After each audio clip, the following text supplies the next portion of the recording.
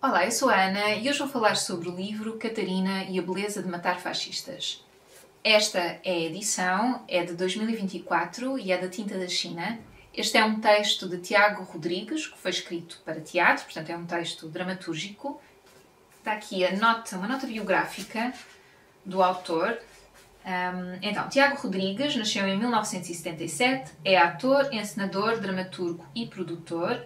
Em 2003 fundou a companhia Mundo Perfeito com Magda Bizarro, através da qual criou e apresentou ao longo de 11 anos cerca de 30 espetáculos em mais de 20 países. Foi também professor de teatro em várias escolas. Paralelamente ao seu trabalho em teatro, escreveu argumentos para filmes e séries televisivas, artigos, poesia e ensaios. Alguns dos seus espetáculos mais reconhecidos são By Heart, de 2013, António e Cleópatra, de 2014, Bovary, de 2014, ou Sopro, de 2017. E as suas peças mais recentes são Catarina e a Beleza de Matar Fascistas, que estreou em setembro de 2020, Coro Diamantes, de 2021, ou Dans la mesure de l'impossible, de 2022. Já recebeu várias distinções nacionais e internacionais, destacando-se o 15º Prémio Europa Realidades Teatrais, de 2018, o grau de Cavaleiro da Ordem das Artes e Letras atribuído pelo governo francês em 2019, o Prémio Pessoa em 2019 e a Medalha de Mérito Cultural do governo português, em 2021. Mas este currículo é invejável. Foi diretor artístico do Teatro Nacional Dona Maria II, em Lisboa, entre 2015 e 2021. Atualmente é diretor do Festival de Avignon, sendo o primeiro não francês a assumir a função naquela que é uma das mais importantes manifestações de teatro em todo o mundo. Pronto. Então, eu vi uma conferência que fizeram, foi no Dona Maria. Eu acho que sim, não tenho a certeza absoluta sobre este livro. Agora, a propósito dos 50 anos do 25 de Abril, também, se não estou em erro, eu vejo muita coisa e depois baralho porque não aponto. Mas eu vou colocar o link lá em baixo porque eu gostei muito dessa conferência. Foi o lançamento do livro, porque este livro eu já encontrei, portanto vim aqui à procura no computador, que está aqui, ok, em cima da tábua de passar a ferro, porque eu fiz aqui alguns apontamentos e fui ver se encontrava o vídeo, porque assim, pá, eu tenho que encontrar esse vídeo. Foi muito fácil, portanto foi o lançamento que eles publicaram. A Tinta da China tem um canal no YouTube, eles publicaram isto há um mês. Já nem me lembro muito bem, mas basicamente eu comprei este livro em pré-lançamento. Aparentemente, eu não sei se não vai já na segunda edição. Esta é qual? Eu sei que teve muita procura o livro. Eu já tinha ouvido falar desta peça de teatro, sobretudo porque foi uma peça de teatro que provocou bastantes reações no público. E como pessoa que vai algumas vezes ao teatro, apesar de que estou muito centrada cá em Viseu, portanto, e às vezes os públicos variam, não é? Consoante o sítio onde tu vais. Ontem, é verdade, ontem fui ver com o meu namorado e uns amigos uma peça de teatro de que eu já falei aqui, o Suécia, do Pedro Mexia. Eles estiveram no Centro de Artes de Águeda, que tem muito bom aspecto. Eu nunca lá tinha estado e gostei imenso. E que é uma peça de teatro, foi escrita pelo Pedro Mexia e encenada por Nuno Cardoso, e é do Teatro Nacional de São João, então, do Porto. E gostei imenso. E pronto, enfim, e já me distraí aqui um bocadinho, mas gostei muito desta experiência de ler a peça de teatro primeiro e depois ver em palco. Porque eu, quando estava a ler o Suécia, eu tenho que confessar que, desculpem agora, isto é uma tangente, mas eu publiquei esse vídeo aqui também. Posso colocar o link lá em baixo também. Mas eu, quando li, achei que era muito calmo o ambiente, era assim, que em palco se calhar poderia ser um pouco aborrecido, talvez, apesar de ter assim uns momentos de tensão grandes.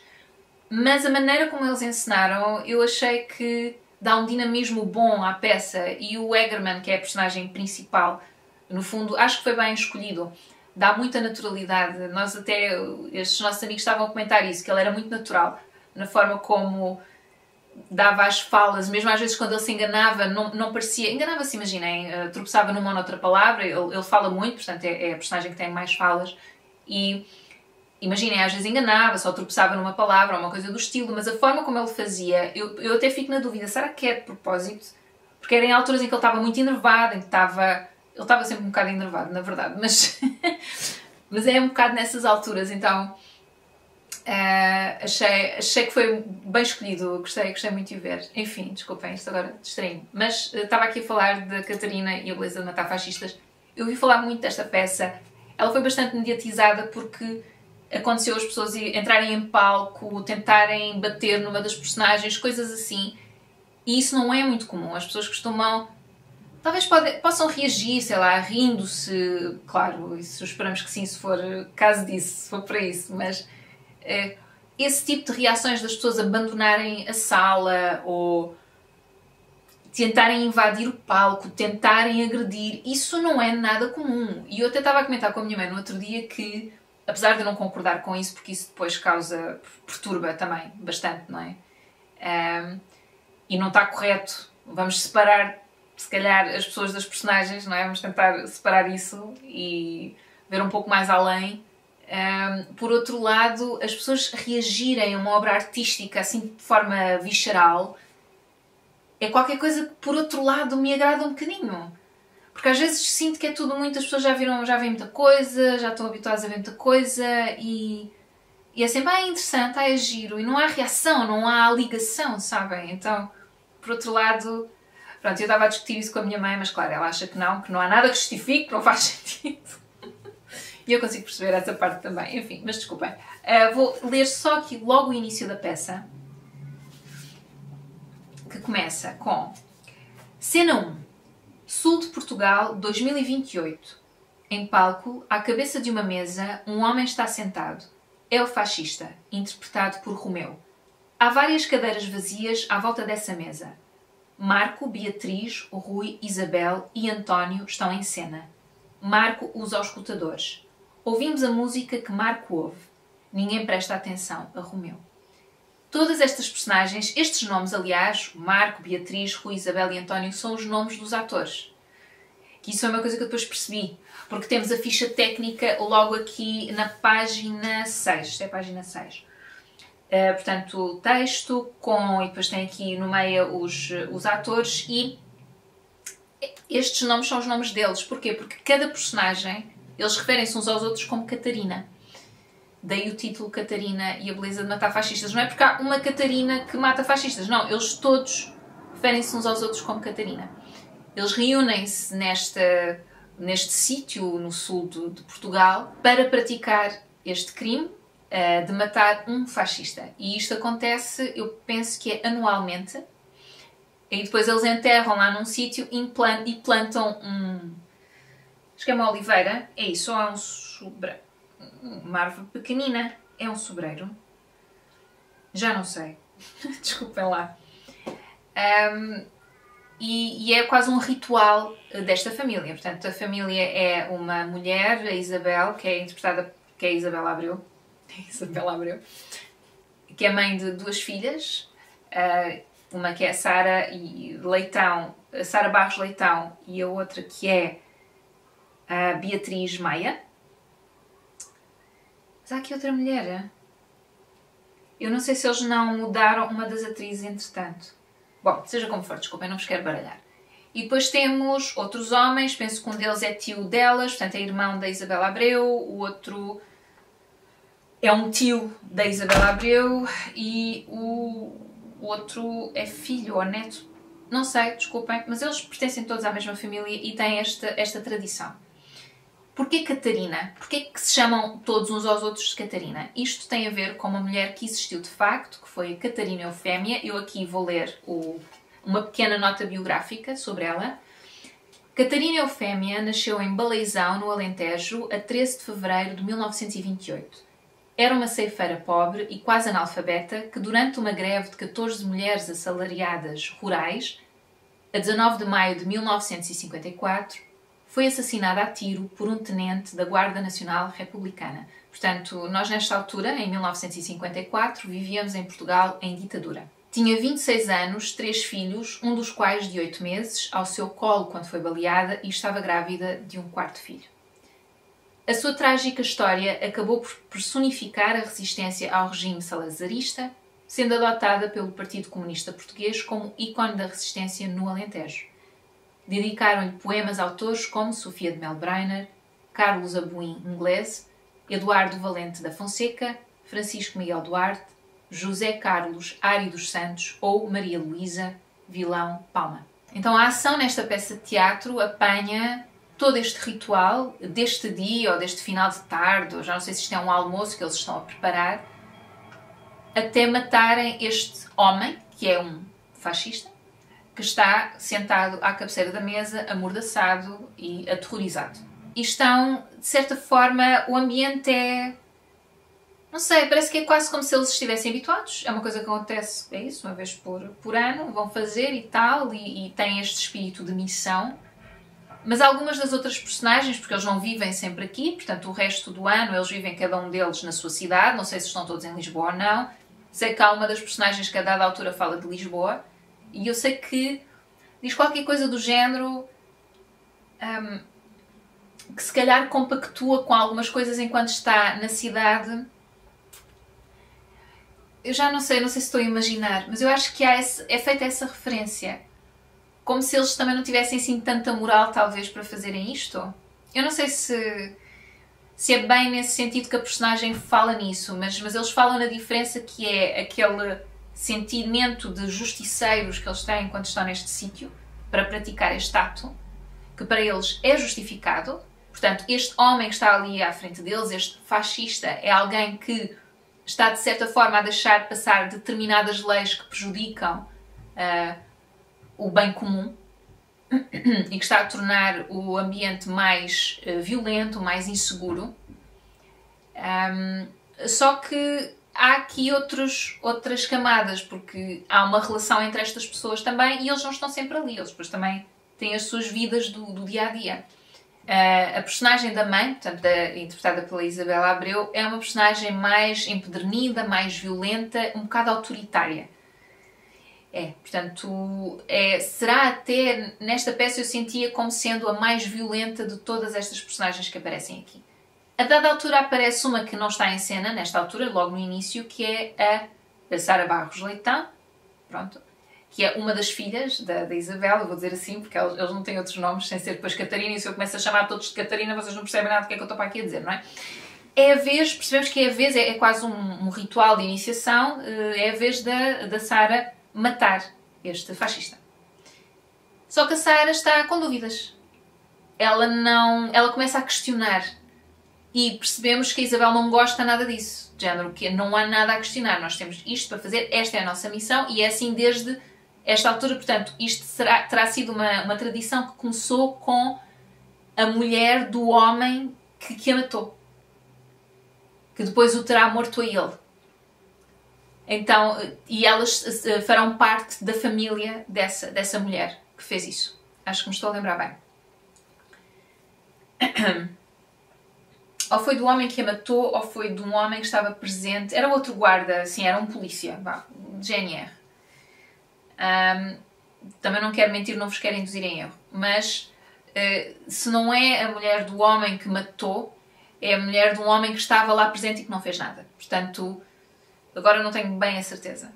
E então os descendentes desta pessoa, ela deixa uma carta, esta mulher deixa uma carta a falar sobre a Catarina Eufémia, etc. E a maneira como é interpretada a carta é: temos que livrar este mundo de fascistas e pelo sangue. É um bocado isso. É assim que ela é interpretada. E a Sara começa a questionar isso. Tipo, será que estamos a interpretar bem? E por outro lado, que direito temos nós? E por outro lado, este homem tem família. E tem filhos. E temos o direito de fazer isto à família, etc, etc. Então, é isso que cria esta tensão na peça. É esta dúvida, este questionamento. Eu agora vou entrar em spoilers, portanto eu vou entrar no fim. Eu não vou dizer tudo, ok? Mas vou entrar agora no spoiler, portanto estou só a avisar. Eu depois vou colocar um marcador lá em baixo, talvez sobre o pós-fácil. Mas o pós-fácil é capaz de ter spoilers também. Porque este livro, ouçam, tem um pós-fácil de todo o tamanho. Vou-vos mostrar. São 100 páginas de pós-fácil. Que é isto? Isto é pós-fácil. Esta parte aqui. Mas enfim. Então eu vou entrar em spoilers, está bem? Só para dizer. Eu infelizmente nem sei se vou ter a oportunidade de ver esta peça em cena. Não sei se vai voltar a ser colocada em cena, mas gostava muito de ver isto ao vivo. Então, no fim da peça acontece isso. Essa parte eu não vou dizer o que é que acontece, mas o fascista tem a oportunidade de falar. Então a peça termina com um discurso de todo o tamanho que este ator teve de decorar. um discurso muito violento, porque este homem é realmente um fascista. É um nacionalista, é fanático, é misógino, é racista, ouçam, tudo o que vocês consigam imaginar. Então, parece que era durante este discurso do ator que as pessoas começavam a inquietar. Portanto, que havia pessoas que abandonavam a sala, que houve pessoas que tentaram invadir o palco, que o invetivavam, que o mandavam calar-se, coisas assim. Portanto, seria nesta altura. E eu só posso imaginar que para o ator, aliás, não tenho de imaginar, porque eles falam sobre isso depois na parte do prefácio, que foi um processo também violento para o ator. Mas ouçam, a profissão de ator é isto. Tu vais interpretar personagens com os quais tu não te identificas de todo e que se calhar até desprezas. E se bem que, daquilo que eu vou percebendo, porque eu tenho alguns amigos atores, tu tentas perceber aquele lado humano e como é que tu te podes relacionar de alguma forma com aquela personagem que tu vais encarnar. Então, às vezes, eu se calhar sou muito rápida a julgar, eles não são tão rápidos, porque eles percebem mais ou menos a motivação e tentam chegar a esse lado que é humano, porque isto é um ser humano. Pode estar a dizer as coisas mais execráveis que a gente consegue imaginar, mas é um ser humano que está ali também. Não é? Então, acho que foi um processo também bastante violento para o ator. Depois, chegando ao Pusfácio, o Pusfácio foi escrito por Gonçalo Frota. Há aqui também uma pequena nota biográfica, que eu vou ler num instantinho. Então, Gonçalo Frota nasceu também em 1977, ele é da mesma idade que o Tiago Rodrigues, que é engraçado. Escreve sobre música e artes performativas no jornal Público e colabora com a revista inglesa Songlines. Antes escreveu no Blitz, no Sol e na Time Out e publicou na Folha de São Paulo. É autor das notas da reedição integral da obra de José Afonso, na editora Orfeu, e participou em livros de reflexão acerca dos percursos do FINFA, do Teatro Pogo e da Festa do Jazz. Recebeu o Grande Prémio Internacional de Jornalismo Carlos Porto, 2016 e 2021, do Festival de Almada. Então, aqui vou ler também, aqui portar aos meus apontamentos. Então, o Gonçalo Frota, ele acompanhou todo o processo criativo desde o início da criação desta peça. Esteve nas residências, esteve nas apresentações, entrevistou o encenador, entrevistou os atores. Então, este Pusfácio é um trabalho muito, muito completo do que conceptualmente é, ou pode ser, pronto, porque isto é um método entre outros, não é? Mas do que pode ser a construção de uma peça de teatro. E o Tiago Rodrigues, pelos vistos, trabalha muito em conjunto com os atores, portanto, ouvindo muito os seus feedbacks, integrando também muitos desses feedbacks, e eu achei muito fascinante toda esta descrição. Eu confesso, eu quando comecei a ler o Pusfácio, pensei, caramba, isto nunca mais acaba, mas depois, quando comecei a entrar quando comecei a perceber, aliás, o que é que eu estava a ler, que ele ia falar de tudo, até dos exercícios que faziam para relaxar e para falarem sobre as suas questões pessoais, como pessoais e não pessoais, quer dizer, de trabalho, como é que achavam que a peça poderia evoluir, por onde é que poderia ir, etc, etc. Comecei a achar muito, muito interessante.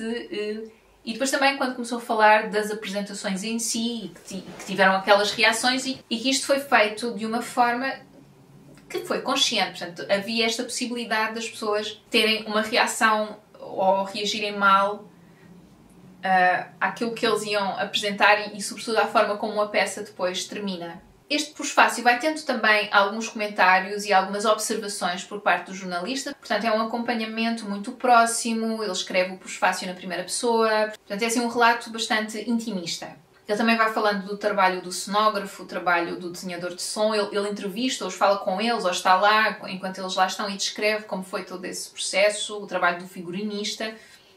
Então, é realmente uma descrição muito interessante e muito enriquecedora, eu achei. Eu depois assinalei aqui só alguns apontamentos, é muito pouco. O porquê do discurso do fascista eu achei interessante. Aqui na página logo 213, portanto estamos mesmo muito no fim do Pusfácio, em que ele diz: Catarina é também, afinal, um espetáculo que fala do enorme perigo de dar voz, mas também do enormíssimo perigo de fingir que aquela voz não existe. Esse era um dilema que, na construção da peça, espelhava uma discussão profunda que ocupa muitas das democracias ocidentais sob ameaça: silenciar ou ouvir. permitir ou proibir o acesso às regras democráticas àqueles que pretendem destruí-las, autorizar que as ideias extremistas tenham palco e que sejam vencidas pelo bom senso, ou correr o risco de que seduzam, através da exploração voraz das atuais ferramentas de comunicação, sem qualquer pejo em corroer a decência, a lisura e a verdade. E pronto, e este é um dilema, e depois continua por aqui afora, mas enfim, é um dilema que eles têm na construção desta peça e na forma como eles decidem, enfim, avançar com a história destas personagens.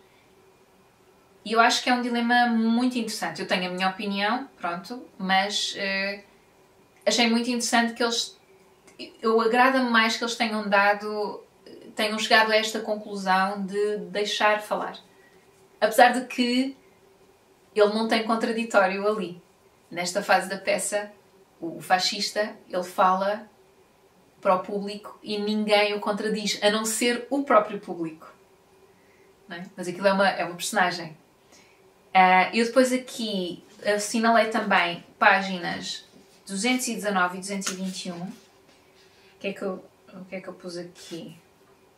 A 221. Tentativas de calar o fascista, quando o público reage e a tensão entre deixar os outros ouvirem e as pessoas manifestarem-se.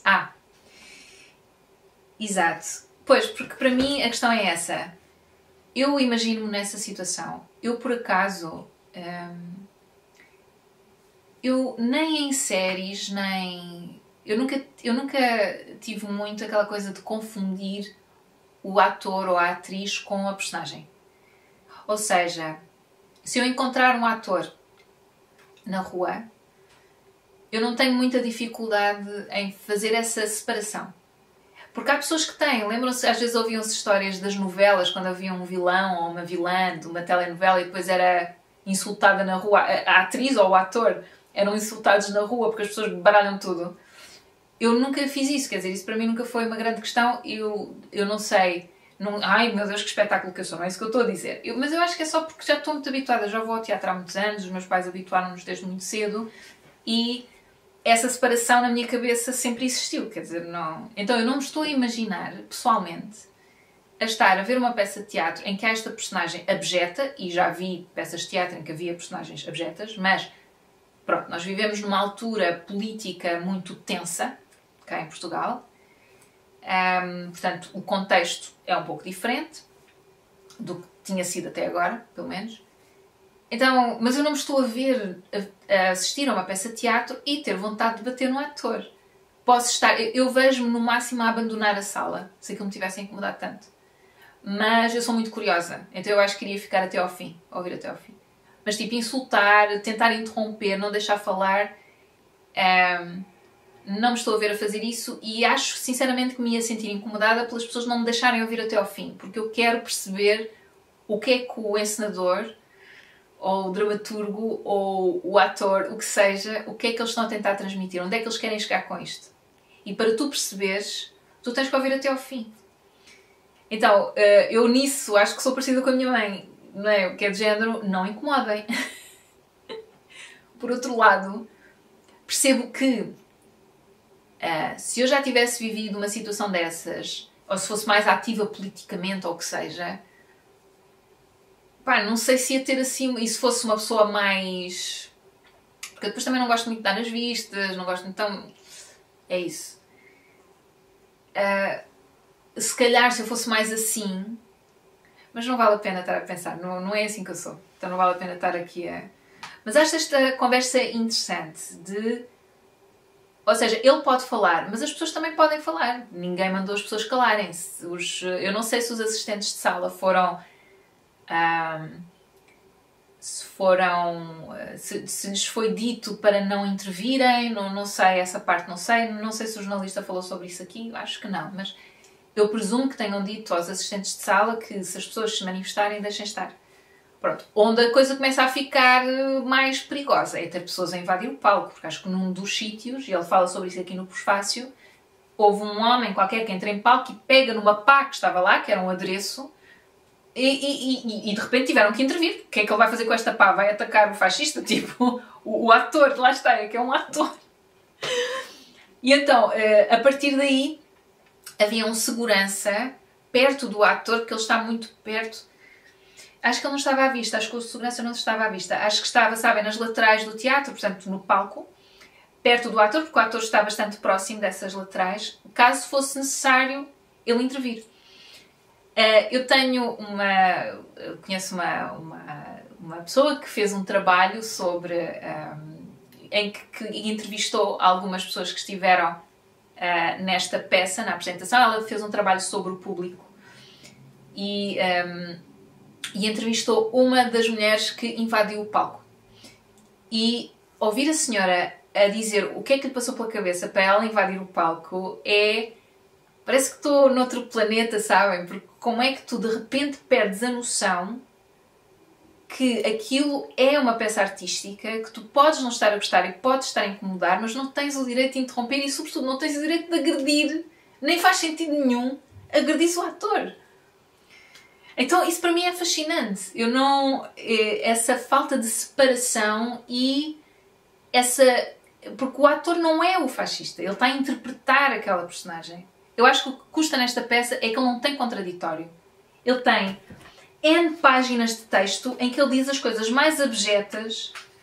Vocês podem imaginar, começa aqui, na página 109, pronto, isto é um A5, mas ouçam, são 12 páginas, quase 12 páginas. Só texto, que é o discurso dele. A dizer as coisas mais... e que vocês reconhecem, é o tipo de discurso que nós reconhecemos, porque vemos agora no Parlamento e noutros sítios. Agora, eu pessoalmente, eu achei esta peça muito interessante, gostei muito de a ler, gostei muito, não sei se é a palavra certa, custa um bocado a ler, ok? Gostava muito de a ver em palco. Aliás, há uma coisa que eu senti com o Suécia, é que realmente um texto dramatúrgico é um texto que é feito para ser vivido. Então, vai sempre ficar um bocado aquém só lê-lo. Foi isso que eu senti com a Suécia e foi isso um bocadinho o que eu senti com a Catarina, apesar de eu não ter visto esta peça, mas ter ouvido pessoas que foram ver falar sobre isso, não é? Há uma diferença grande, porque aqui está muito dependente da minha maneira de ser, de como é que eu imagino que as pessoas se mexem pelo palco e o que é que acontece, como é que falam e com que intensidade e não sei o quê, e depois vou ver em palco e a coisa é mais exacerbada, provavelmente costuma ser mais por aí. Então há sempre uma diferença grande. E eu agora perdi-me um bocadinho, mas... este já agora, não tem nada a ver, mas estava a arrumar... Isto vem com um marcador. Normalmente os livros da tinta da China vêm sempre com um marcador. Mas enfim. Desculpem, perdi-me aqui agora um bocadinho. É isso, eu gostei de ler a peça. Acho que é uma peça difícil. Achei o texto do fascista muito difícil de ler. É muito revoltante e não o estava a ouvir, estava a lê-lo, não é? É muito revoltante, é muito difícil. Achei muito interessante todas estas reações que provocaram nos vários públicos que foram ver esta peça. Gostei muito do pós-fácil, que primeiro me irritou bastante, mas depois percebi, faz todo sentido e estou a adorar perceber como é que tudo isto foi criado, desde o iniciozinho até ao fim. Gostava imenso de poder ver a peça. E o que mais é que eu quero dizer sobre o assunto? Esta questão do discurso. Tem-se falado muito nisso. Mesmo aquela situação que aconteceu cá em Portugal, do Ventura dizer aquela coisa dos turcos e... Para mim, o problema não é ele dizer essas coisas, sabem? Porque ele vai dizer essas coisas e vai dizer coisas piores. É assim. O meu problema foi a reação do Presidente da Assembleia, que... não tem que estar a fazer sermõezinhos, não tem que estar ali com grandes coisas, tem só que dizer, faz favor, vamos dignificar o discurso aqui dentro e chamar a atenção, curto e grosso, não é preciso estar ali com muitas coisas e pronto, é só isto e vamos avançar. Mas não, aquilo foi de mal a pior. Pronto, eu não sei se vocês sabem o episódio de que eu estou a falar, não me apetece falar muito sobre o assunto e ir a grandes pormenores, mas a mim preocupou muito mais a reação do Presidente da Assembleia, que foi, acho que pecou por defeito.